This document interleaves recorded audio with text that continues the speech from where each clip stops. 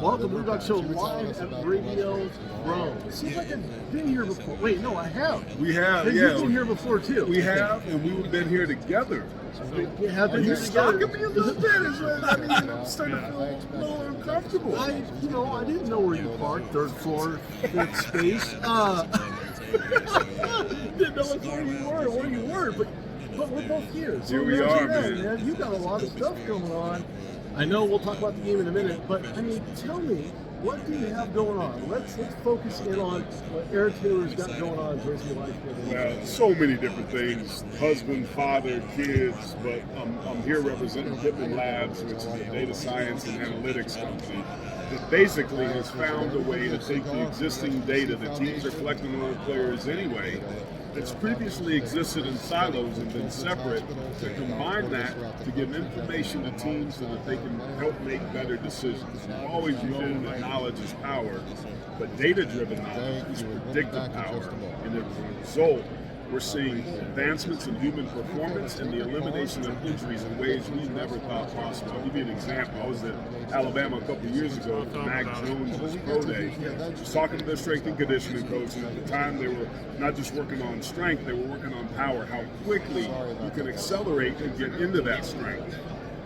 As a result, that conversation went to injuries, and he gave me something that is an example of what Capt Labs does. He said there's a ratio between vertical jump and broad jump. We found with our players here at Alabama, when they're outside of what we call the safe zone, they're at a 40% higher chance of having an ACL tear. 40%. So we get flagged when we see somebody. They get kicked out, they supplement their program to get back into the safe zone and significantly diminish their chances of being hurt. It's that sort of actionable information that the software that Capt Labs brings in their platform that breaks down the silos, combines the information. These teams are already collecting all this stuff anyway, but they've now got it in a way that leads to PI, performance intelligence, in ways that we just haven't seen. So really exciting, especially as we see what LeBron James has been able to do and extend his career, Tom Brady playing into his mid-40s and extending his career. With Capt Labs and what we're starting to learn, I think that that's going to start to become more the norm as we make advancements across the board in health and wellness. You know, LeBron James hitting his 38,000 passing, Kareem Abdul-Jabbar as the captain, the new captain, and that score had been previously held since 1984. What's really interesting is that there are a lot of great metrics involved in how, as you mentioned, his performance has been able to kind of stand the test of time, if you will, and a guy who has just been there, kind of seen there, and done it all. The real-time metrics and the analytical information plays a real vital role in various aspects. I mean, even heck, I can learn probably how to extend my own existence that much longer with my own personal metrics. So that information, as you stated, are now in silos. It's kind of interesting how almost like a cross-pollination had occurred, enabling the real-time data, new time data that we gather on a regular basis. You can talk about next-gen stats. You can look at that information and say, well, these are the pressure points, this is your 40, this is your time, this is the pressure that a helmet takes when it's being applied by a defender. And what's really interesting about all of that is that now you're able to real-time put it together, help it make sense for everybody else. And then that is where it's all at. I look at this upcoming game as it's a young man's game. I'm not young. You've been there, done that. You won your title with the Packers. You can relate all of what you had learned and essentially put that into real time to where now this relationship makes sense between you and your partner.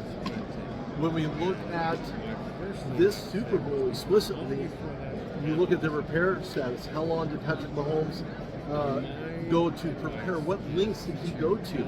Great staff, medical advancements have been surmounting past 5, 10, 15 years.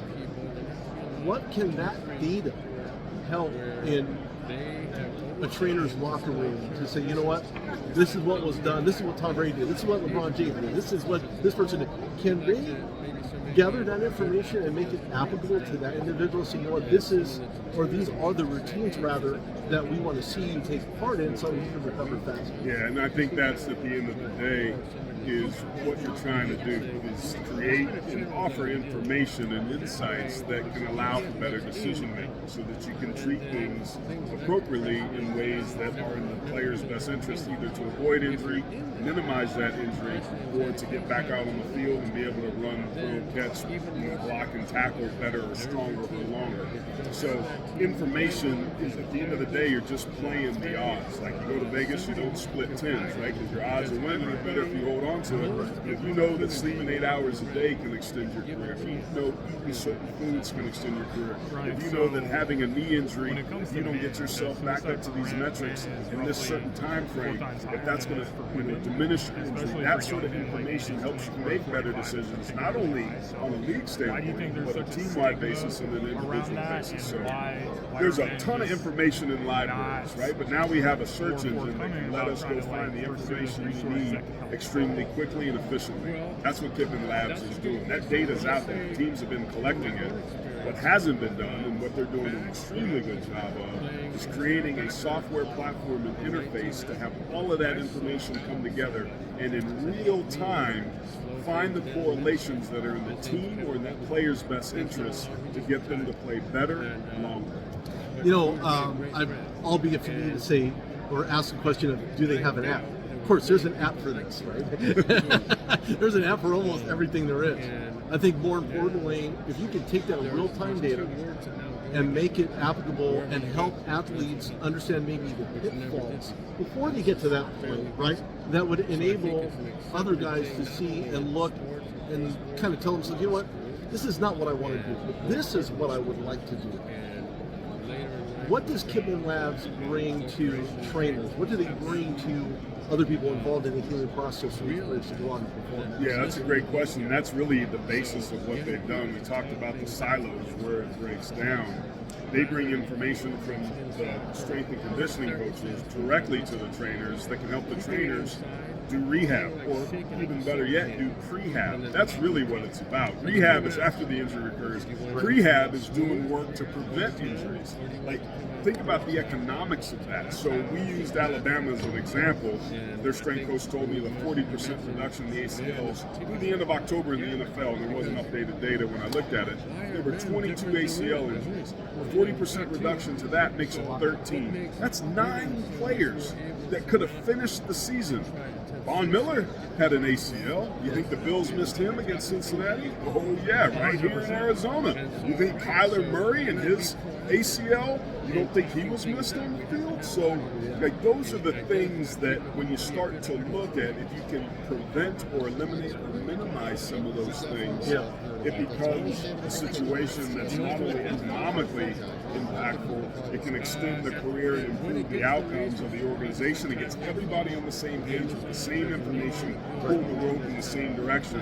And bafflingly, that's proven to be a lot more difficult than it should be. And Capt Labs is helping to present part of that solution. Wow, solutions are good. Speaking of solution, these teams are going to have to find a way to provide their own individual and collective solution to get to the big prize. You know what that is.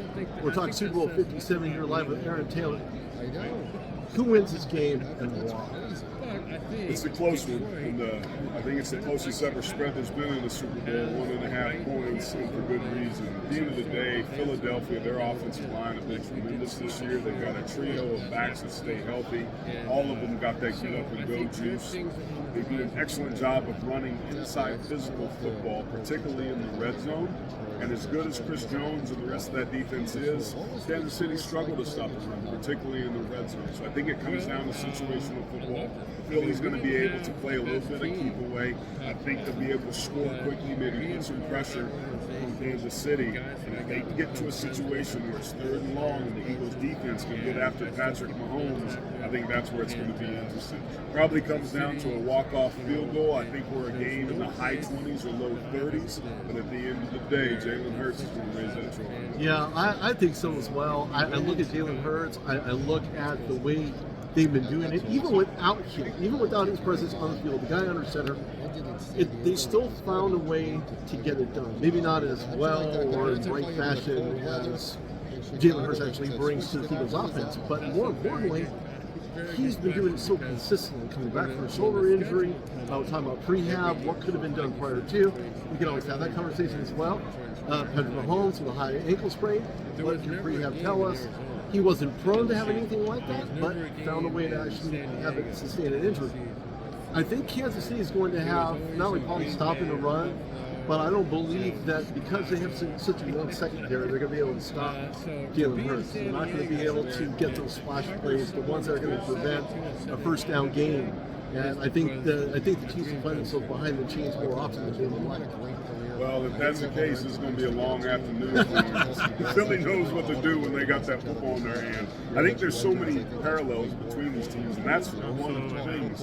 They both score and start games so quickly. I think we got a chance at 30-plus points on the scoreboard combined in this first half pretty easily just because of how effectively each of these teams moves the football. I think in both the playoff games, take the first 3 drives of each game for both teams, 12 total scores. Philly scored 6 touchdowns, 3 touchdowns each to start both of their games. Kansas City had 3 touchdowns and 3 field goals.